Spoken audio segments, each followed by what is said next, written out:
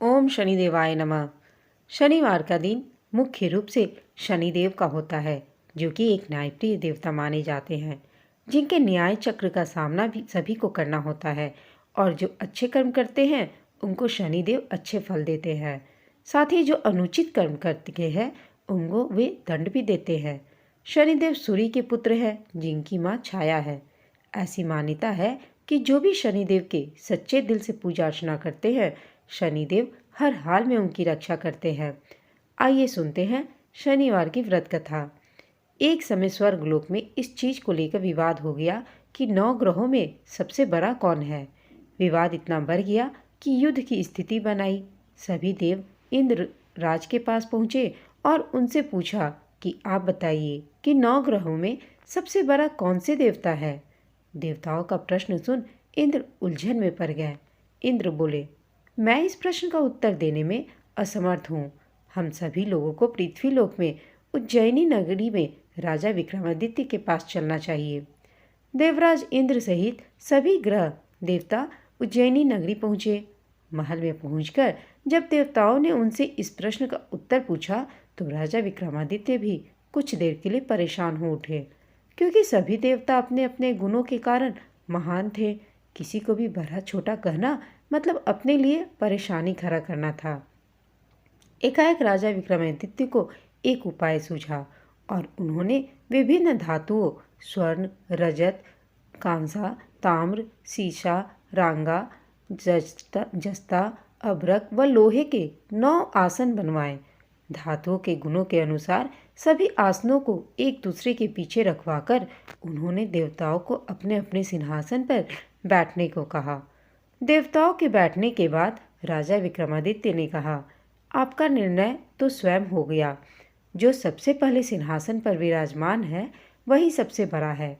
राजा विक्रमादित्य के निर्णय को सुनकर शनि देवता के ने सबसे पीछे आसन पर बैठने के कारण अपने को छोटा जानकर क्रोधित होकर कहा, राजा विक्रमादित्य, तुमने मुझे सबसे पीछे बैठाकर मेरा अपमान किया है। तुम मेरी शक्तियों से परिचित नहीं हो। मैं तुम्हारा सर्वनाश कर दूंगा। शनि ने कहा, सूर्य एक राशि पर 1 महीने, चंद्रमा 2.25 दिन, मंगल 1.5 महीने, बुध और शुक्र 1 महीने, बृहस्पति 13 महीने रहते हैं, लेकिन मैं किसी राशि पर 7.5 वर्ष यानी 7.5 तक रहता हूँ।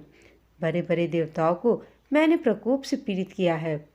राम को 7.5 के कारण ही वन में जाकर रहना पड़ा और रावण को 7.5 के कारण ही युद्ध में मृत्यु का शिकार बनना पड़ा। राजा, अब तू भी मेरे प्रकोप से नहीं बच सकेगा। इसके बाद अन्य ग्रहों के देवता तो प्रसन्नता के साथ वहां से चले गए, परंतु शनिदेव बड़े क्रोध के साथ वहां से विदा हुए। राजा विक्रमादित्य पहले की तरह ही न्याय करते रहे। उनके राज्य में सभी स्त्री पुरुष बहुत आनंद से जीवन यापन कर रहे थे। कुछ दिन ऐसे ही बीत गए। उधर शनि देवता अपने अपमान को भूले नहीं थे। उन्हें सब कुछ याद था। विक्रमादित्य से बदला लेने के लिए एक दिन शनिदेव ने घोड़े के व्यापारी का रूप धारण किया और बहुत से घोड़ों के साथ उज्जैनी नगरी पहुंचे। राजा विक्रमादित्य ने राज्य में किसी घोड़े के व्यापारी के आने का समाचार सुना तो अपने अश्वपाल को कुछ घोड़े खरीदने के लिए भेज दिया। घोड़े बहुत कीमती थे। अश्वपाल ने जब वापस लौटकर इस संबंध में बताया तो राजा विक्रमादित्य ने स्वयं आकर एक सुंदर और शक्तिशाली घोड़े को पसंद किया। घोड़े की चाल देखने के लिए राजा उस घोड़े पर सवार हुए तो वह घोड़ा बिजली की गति से दौड़ पड़ा। तेजी से दौड़ता घोड़ा राजा को दूर एक जंगल में ले गया और फिर राजा को वहां गिराकर जंगल में कहीं गायब हो गया। राजा अपने नगर को लौटने के लिए जंगल में भटकने लगे, लेकिन उन्हें लौटने का कोई रास्ता नहीं मिला। राजा को भूख प्यास लग आई। बहुत घूमने पर उसे एक चरवाहा मिला। राजा विक्रमादित्य ने उस चरवाहे से पानी मांगा। पानी पीकर राजा ने उस चरवाहे को अपनी अंगूठी दे दी। फिर उसे रास्ता पूछकर वह जंगल से निकलकर पास के ही नगर में पहुंचा। राजा ने एक सेठ की दुकान पर बैठकर कुछ देर आराम किया। उस सेठ ने राजा से बातचीत की तो राजा ने उसे बताया कि मैं उज्जैनी नगरी से आया हूँ। राजा की कुछ देर दुकान पर बैठने से सेठ जी की बहुत बिक्री हुई।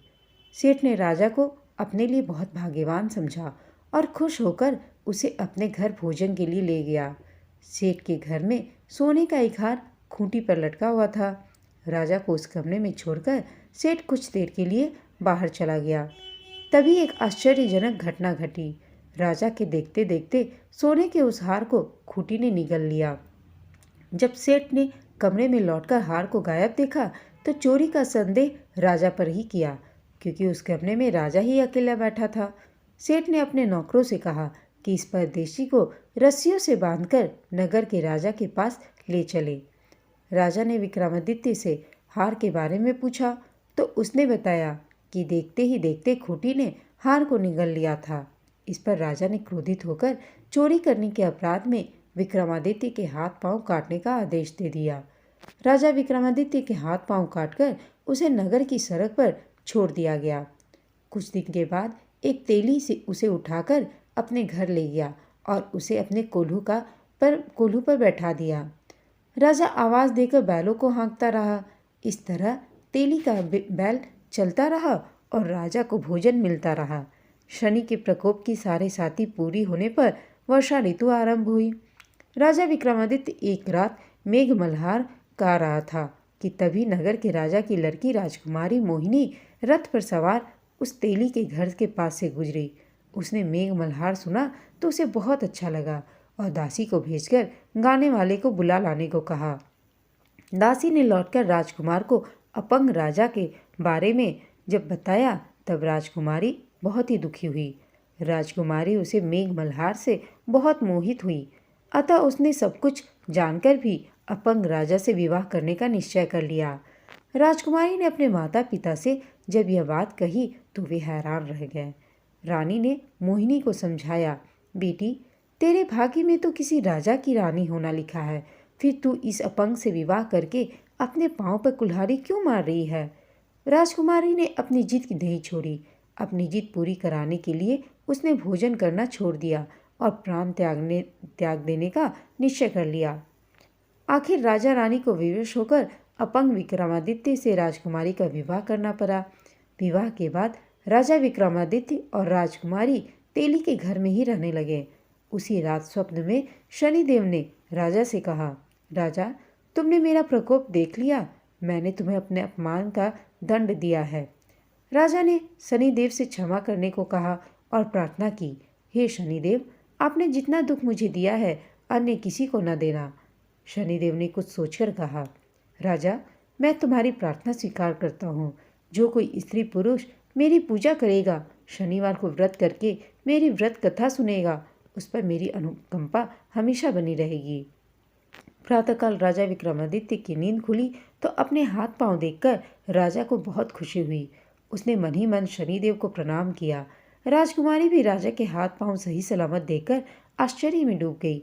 तब राजा विक्रमादित्य ने अपना परिचय देते हुए शनिदेव के प्रकोप की सारी कहानी राजकुमारी को सुनाई। सेठ को जब इस बात का पता चला तो वह दौड़ता हुआ तेली के घर पहुंचा और राजा के चरणों में गिरकर क्षमा मांगने लगा। राजा ने उसे क्षमा कर दिया क्योंकि यह सब तो शनिदेव के प्रकोप के कारण हुआ था। सेठ राजा को अपने घर ले गया और उसे भोजन कराया।